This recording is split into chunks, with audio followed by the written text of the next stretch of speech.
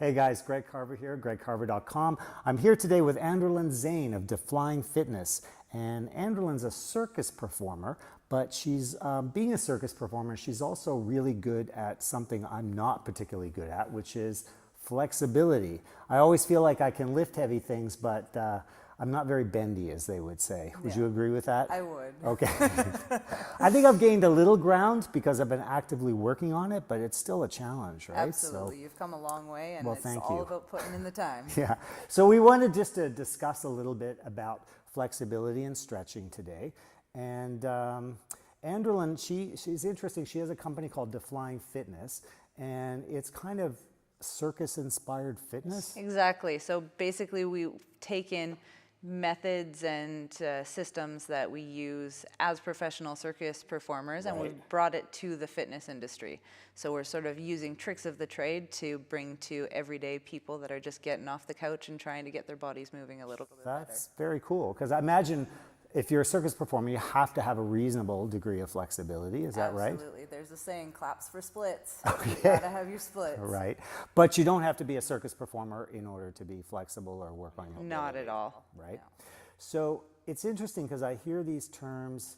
I mean, I'm familiar with this, but I bet a lot of the people aren't, that we hear mobility and how important that is, especially as you age. Yeah. I know it's become important in my life. So I hear mobility, I hear flexibility, you hear stretching. How are those different? Because I think people confuse those terms a lot, and there is a difference. Yeah, they get mixed up quite often, actually. Right. And there's a lot of people that say not to do stretching before a workout or after a workout or during a workout, because they're mixing up the different things. Right. And so there's certain types of things that you want to do at specific times of your training. So mobility is the actual movement of the joints. And so it's trying to get synovial fluid into the joint and trying to get some movement in each different part of your body. And so there's a lot of people where they will have movement in some joints, but not in all of the joints. And so with lots of mobility practice, the goal is to try and get movement within every single joint of your body. Okay, so mobility, as I understand it from what you said, is kind of the ability to move a joint in all of its range of motion under its own power. Would you say that's a fair description? Yeah. So like an arm circles or something like that would be, or hip circles would be generally rotations. circles or any type of, depending on the joint, there's hinge joints, right? So depending on the joint, it's just making sure that that joint is capable of moving on its own through the full range. Okay. And I can see how that's beneficial, because it would get the synovial fluid in there and it just gets things moving again. And it's like the old saying, right? If you don't use it, you kind of lose it. Exactly. And I've seen clients come into the strength box here, and I'm actually surprised where they've lost mobility that they didn't even realize until they start doing things. Yeah, absolutely. Right? We lose it in our neck. Right? People can't isolate the hips and rotate that. It's really kind of interesting. So there's one term that I use that's called chunking, Okay. where there's people where they will use part of their body, but then, especially in the spine, certain vertebrae will just move as a chunk. So they're moving as a unit as opposed to individually. I think that's me. I think You've got a little bit of that. I think I do, yeah. So I don't often feel a stretch when I'm doing mobility work, and that's correct, right? It doesn't necessarily involve feeling a stretch. No. So what about stretching? So stretching is when you're getting into the range of the muscle where it's your working end of range. Okay. Okay, so if you're doing stretching, so holding, whether it's a static stretch or whether it's a passive stretch, and you're going to it where you feel that stretching sensation, Okay. that's sort of going to where your body has decided this is where my end range is. Okay. So sometimes you might need a little external force, whether it's gravity or an object. For instance, if I was just standing and I did an active straight leg raise, if I just lifted my leg off of the ground, I would think that's mobility. But if you took my leg and lifted it a little higher, is that stretching? So if you're lifting your leg off of the ground, Yes. that's actually going to be active flexibility. Okay. Okay, so that's when you're actually using your muscles to try and get a little bit further in the stretch. Right, okay. And so once you have somebody holding your leg, then it's turning into an assisted or right. a passive stretch. Okay, Yeah. okay. So we can further divide this down, right? Yeah, it can go into very, very small if we want to. Right. So what about, and is stretching necessarily flexibility? Stretching is not flexibility. Wow. Stretching will help you maintain your range of motion. So Okay. people that are working out and trying to just work on their physical fitness, Yes. they're going to be contracting their muscles and, in a sense, making their muscles shorter. You get really tight after Exactly. And so by stretching, you're going to maintain your current level of mobility. So in other words, after a workout, you kind of get back what you had before you worked out. Is that Exactly. right? Yeah. Okay. So you don't get any worse. Exactly, yeah. Okay.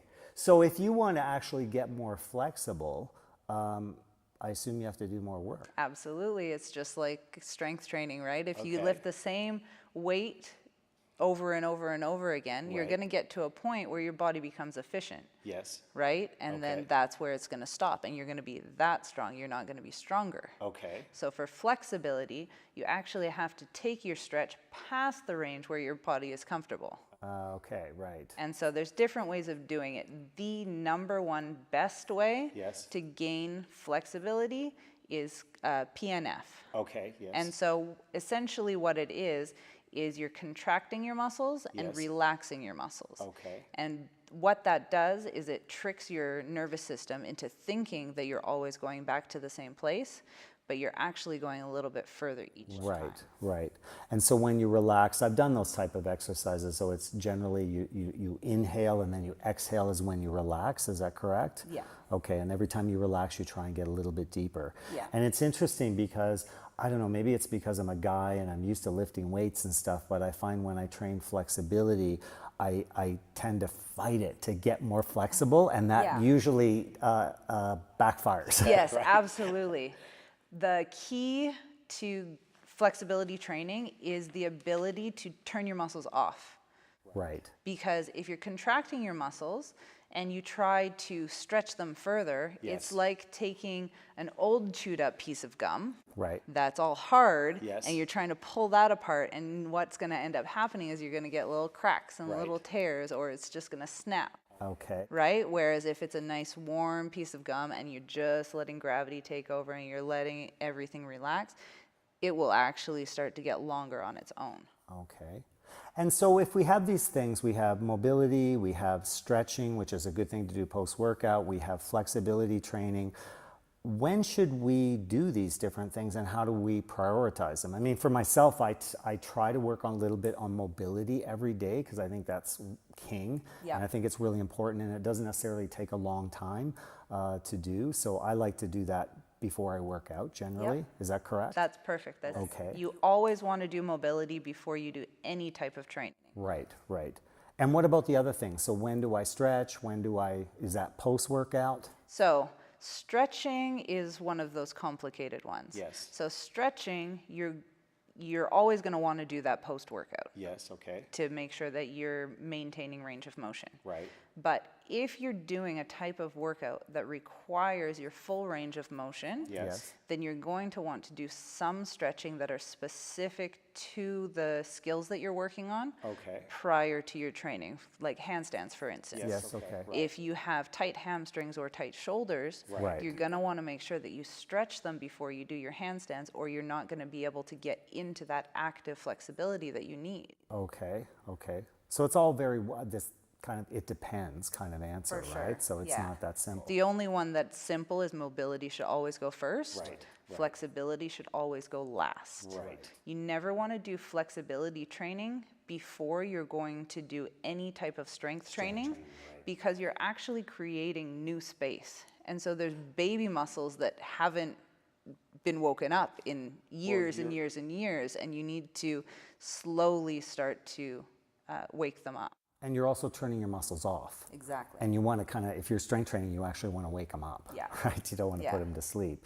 And what about flexibility? Now, I've heard that it's something you actually don't need to train that often. Is that true? That maybe it depends on the level you're at? Depends on the level. You can train it 1 to 5 days a week. Okay. You never want to do it 7 days a week Yes. because just like strength training when you're building muscles, Yes. when you're building range of motion, you're also going to be creating little micro tears in the muscles. And Right. if you don't give it time to rest, it's going to turn into scar tissue rather than more range. That doesn't sound good. No, it's not. Okay. All right. So I hear you're going to give me a couple of stretches to do, just the most important ones. Like we're going to go through a couple of them. Yes, absolutely. And for those people that don't have a lot of time to do their stretches, these are the 2 stretches that I give to people to do. They can do it almost every day if they can just wrap their mind around it. Okay. If you just do it when you get out of the shower, Yes. then your muscles are already warm. Okay. So it becomes less time consuming Okay. because you don't have to do all of the warm up before you do the flexibility stuff. Right, Because you right. never ever want to do flexibility cold. Cool. Well, guys, if you want to train with Andralyn and I, you can always come see us at the Strength Box in Toronto. And Andralyn, if people are interested in you and your company, Deflying Fitness, how would they find out more about you and what it is you do and what you have to offer? Yeah, well, you can check us out on Facebook and Instagram, Deflying Fitness, or you can check out our website, www.deflyingfitness.com. And I'll put those links down below in the description box so you can click on them and check them out. Cool. All right, Greg, so the first one that we're going to do is going to be a spine articulation. So this one, we're going to work on the anterior chain of the body. So we're going to start to open your fascial line in the front. Okay, I'm scared already. So because we're starting to work on the fascia, you could feel it anywhere. You could feel it in your face, you could feel it in your chest, you could feel it down your legs. It's going to depend on where you're tight. Okay. Okay? So the first thing that we're going to do is you're going to find about an arm's length distance from the wall. The reason for this, we're not actually going to use the wall, but Okay. it's for safety. Okay. Because if you start to lose your balance, that way the wall is there to catch you. Right. Okay? Once you're more advanced, you can do this in the middle of the room.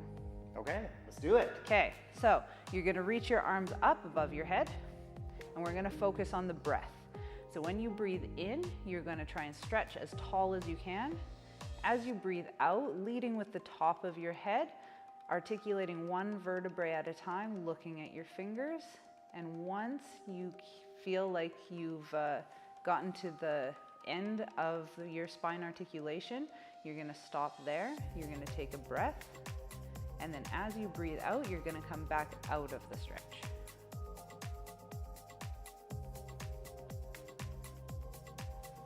Good, and then relax your arms. And now we're gonna articulate to the front. Okay. So you're gonna start from the top of your head, start rolling down your spine one vertebrae at a time.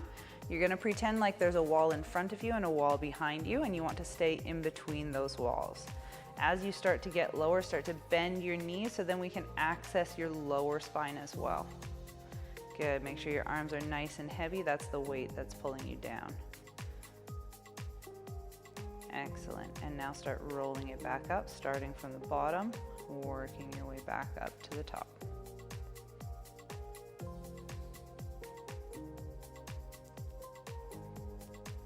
Excellent. And head comes up last. Head right? comes up last. So I feel like that's almost a skill that involves body awareness, because that one vertebrae at a time, like it's kind of a mental thing that you picture, right? Because 100%, I think a lot yeah. of people don't have that connection with their body to understand what that means. Yeah. But I think it's just practice and you get it. Absolutely, and you have to always be thinking about the breath, Right. because you want to make sure that you're always moving when you're exhaling. When you're still, you can either be coming out of the stretch slightly, Yes. you can be lengthening, or you can just be still. Okay, what's Okay? next? All right, so now we're going to work on the posterior line. Uh-oh. Okay. Ready for this one? I think so. Okay, so again, because it's the fascia, it's going to feel different on different people. Okay. So you could feel it up into your neck. You could be feeling it in your calves. A lot of people will feel it in their back and their hamstrings. Okay. Okay, so what you're gonna do is you're going to face the wall. We're gonna stick your back on the wall. We wanna try and get your upper back, okay? And gradually, as you get more flexible, we'll work your way up your spine. Okay, the distance is you're gonna have to play with. Good, so you wanna make sure that you're committing your weight to the wall. So this is gonna put your feet at a forced flex, which is going to increase the angles in the stretch. You wanna make sure that your legs stay locked out. That way, we're not eliminating any of the chain, okay? Let your arms try and be nice and heavy, and you're gonna take 3 breaths. Every time you breathe out, I want you to try and turn off your muscles. You wanna try and relax and let yourself fall down the wall.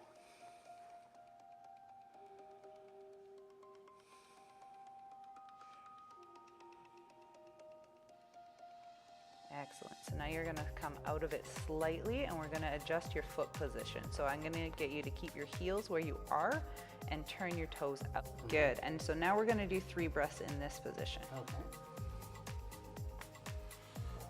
So depending on how warm you're feeling and how flexible you're feeling, you can do 3 to 5 breaths. And I always measure my stretching in breaths because that's what you wanna focus on. If you're just looking at a timer, all you're focusing on is the time. Okay, slightly coming out of it again. Now we're gonna do everybody's favorite, turn in. So keeping your heels in the same position and turning your toes in. This is the one that gets worked the least. It's gonna feel the most awesome. So another thing, because we are stretching the fascia, it's normal if you feel a little bit nauseous at first. But the more often you do this, the more that sensation will change. And once it gets into actually stretching the muscles, it'll become a lot more pleasant.